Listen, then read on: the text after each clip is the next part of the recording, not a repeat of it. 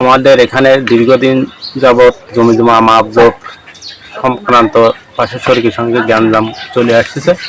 হঠাৎ করে আগের দিন মাপ ছিল, আমরা খাওয়া দাওয়া করে মাপে চলে গেছি।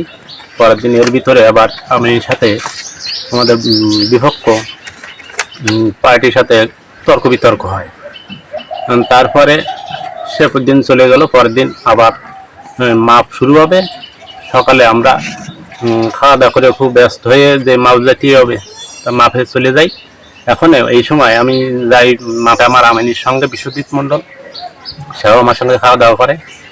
এখন ওই যাওয়ার পরে ফিল্ডে যাওয়ার পরে আমার কিরম মাথা ঘুরাচ্ছে।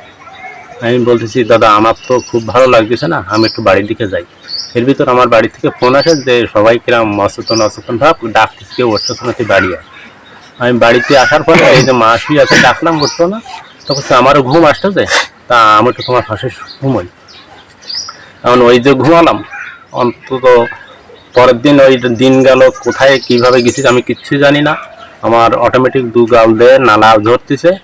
24 ঘন্টা ওভার হয়ে গেছে। 250 বেড ওই ডুমুরি হসপিটাল নেওয়ার পরে 250 বেডে নিচে, সেখানে আমার ভর্তি করবে না, বলতেছে বন্ড লিখে দিতে হবে।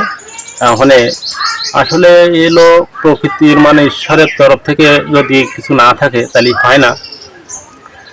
তখনই আমার ওই বললো কি, আমরা তো বন্ড লিখে দিতে পারবো না, রোগীর তো আছে, সব কিছু সঠিক আছে, কিন্তু কথা বলতে পারতেছে না, অজ্ঞান, দেখতে পাচ্ছে না কিচ্ছু।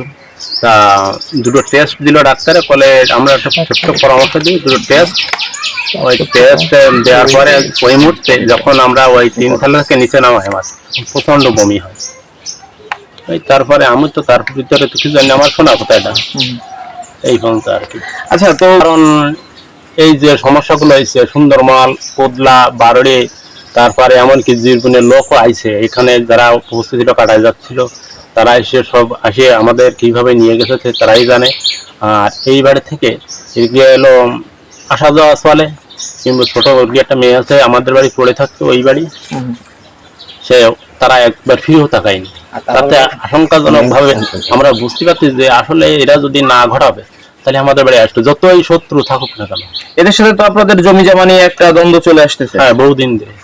আচ্ছা, তার মানে আপনি মনে করতেছেন যে আপনার এই জমি জায়গার দ্বন্দ্বের জের ধরে এরকম বিস্ফোরকটা হতে পারে? হতে পারে।